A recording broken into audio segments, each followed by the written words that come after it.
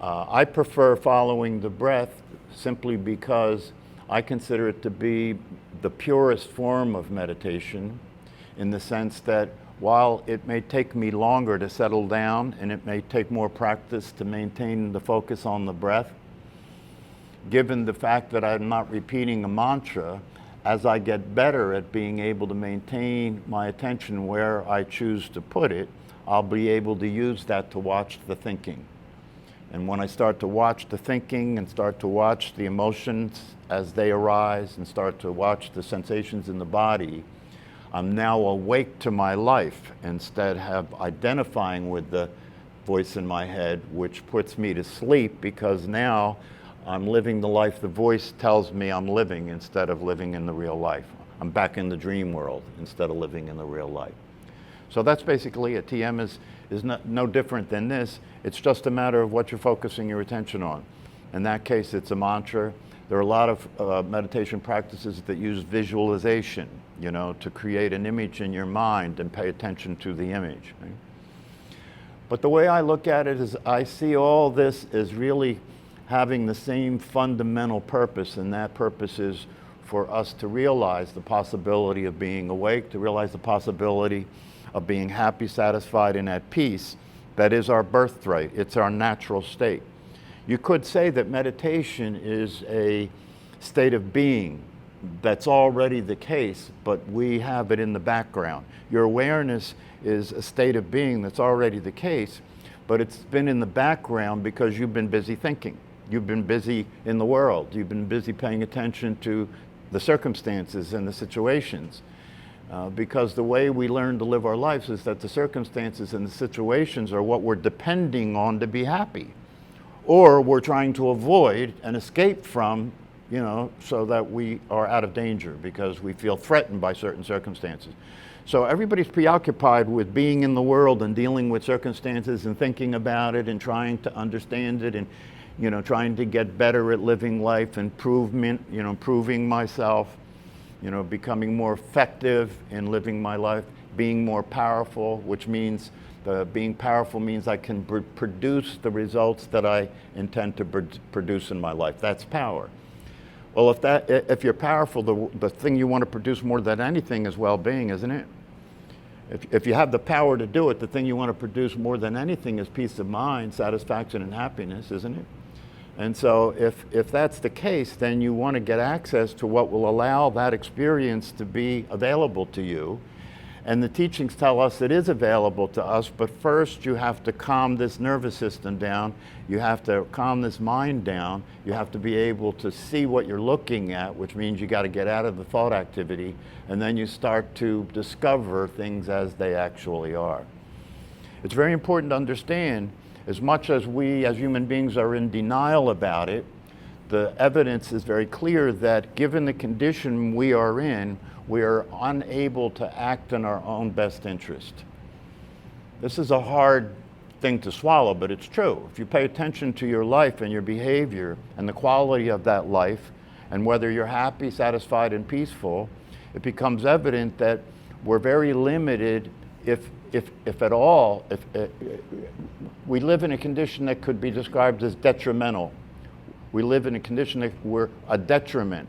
We're a detriment to ourselves. We can't, what do I mean by that? Well, the information that would allow us to be healthy and take good care of our physical bodies is not hidden under lock and key, is it? It's readily available, especially with the internet, right? You can learn as much as a doctor on the internet, right? So the information about keeping your body healthy is available, but it doesn't matter. Because given the condition that most of us are in, we can't act on our own best interest. We can't do what it takes to be healthy. We can't practice what it takes to be free from the state of mind that we're living our life in.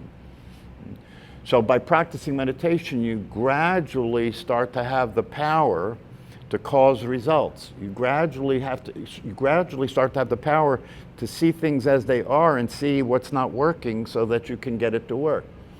One of the things you begin to see that's not working is your relationships, right? Because your relationships are a product of what you think should be the case in your relationship. The way you're relating to the people closest to you in the world is the way you think you should relate to them. And part of the way you think you should relate to them is you think the way they should relate to you. And if they're not relating to you the way they should relate to you, there's going to be conflict, right? This function that occurs when your relationship is a function of the thought process. When you start to wake up and you start to pay attention, right? And you start to be able to look at the thinking and see that it's not realistic, that it is reactive, that it is causing suffering because it keeps presenting you with an alternative reality that's not consistent with the way things really are, which means you're in conflict with reality. In conflict with reality. It keeps presenting you with a response to what's happening of resistance and rejection. I don't like it, I don't want it, it should be different, you should be different, the world should be different, the president should be different, my body should be different, my food should be different, my money should be different, my house should be different, where I live should be different.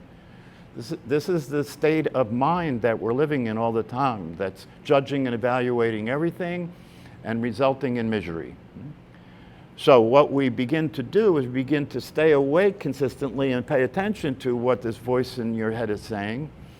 So when you're in a conversation with your loved one, your spouse, your children, your parents, right? And they start expressing their personality and you start expressing your personality and you start seeing the voice saying, they're wrong, they should change. If they change, if they treated me different, if they treated me better, then I'd be happy and then I'd treat them better. That's what the voice is saying. But now that you're awake, you see that and you say, I'm not going to follow that. I'm not going to follow that. They loved me and I loved them. And what I'm interested in is experiencing that and expressing that. So I'm not going to say what that's telling me to say. I'm just going to be present. I'm going to be present. When that starts to do that, I'm going to pay attention to my breath. I'm going to pay attention to what's really happening, not what that's saying. And when I do this, I start to become more functional. When I do this, my relationship starts to work because I'm not being related to who I think the other one is. I'm being related to who I know the other one is. How do I know that? Through meditation, I discover my true nature is the awareness that is happy, satisfied, peaceful, and interested in expressing love, interested in experiencing and expressing love and acceptance to the people that I love around me. And since that's what I'm discovering to be the case, and it feels right, and it's fulfilling and it does work, I think I'll follow this instead of that now. So the formal practice starts to occur informally. The formal practice starts to be a way of being, starts to be the way you're being, not just meditation. Meditation is experiencing a state of being, and now when you get good enough at it, you can experience that state of being, not just formally, but in the traffic of your life. You can be in this relaxed, tranquil, fulfilled state in the traffic of your life and start to experience your ability to no longer have the circumstances determine what you're experiencing.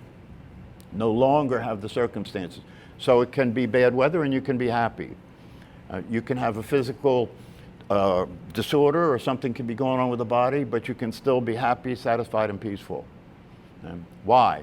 Because your true nature, the awareness itself, right, is never disturbed. It's never disturbed. In this particular Sunday morning class, next door is a spin class. So whenever new meditators, whenever new people come to the class, I often hear people say, oh, it was a great class. I would have been able to meditate if it wasn't for that noise next door.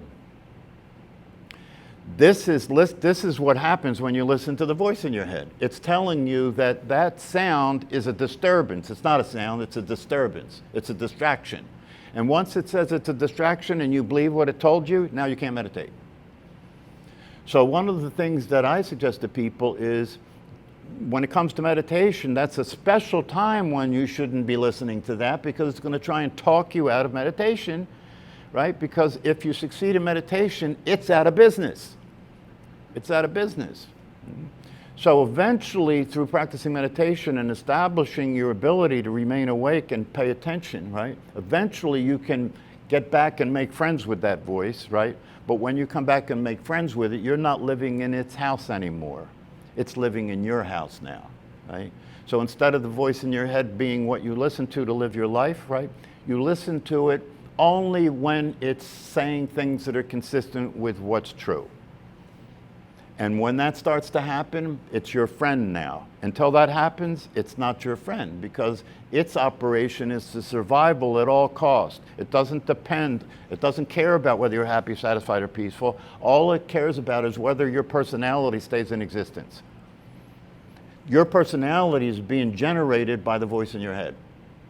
It doesn't exist anywhere in the world. It doesn't exist anywhere in reality. It only exists in the voice in your head. That's why when you start to pay attention to something other than the voice, right, the strength and the reality of your personality starts to diminish. And your personality is nothing but a database of all your past experiences. And its primary function is this survival of the physical body, and then secondarily, the survival of your personality. Survival of the physical body is not a problem. You know, we want to continue to allow that to run, right? But beyond that running, there is a large percentage of the time where its interest is in having you survive as a personality. That's a problem. That's a problem. Why? Because you're not a personality. You're not a personality. And to survive as a personality means that you have to be right and make others wrong. To survive in a personality means you have to dominate and avoid domination, because the personality understands itself to be separate from the world and separate from everybody else, and that means it's under threat. It's under threat. Everything is looked at as a potential threat, right? Now, this is not actually true, by the way. It's not actually true that if somebody makes you wrong that you'll die.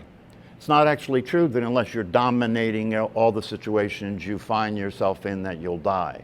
That's the way the program was put together, but it's not actually true. And when you practice meditation, you start to get free from living under the tyranny of that mental process. It's a tyranny, right? And so you have to separate yourself from that and realize your true nature and begin to experience the possibility of living in a tranquil, clear state in relationship to what's really happening and being who you actually are. After you've practice that for a while and you start to get your feet on the ground and you start to get your life working, then you can make friends with the voice in your head, because now it's not your master, it works for you. Did I answer your question? I think so. Okay. Several others did.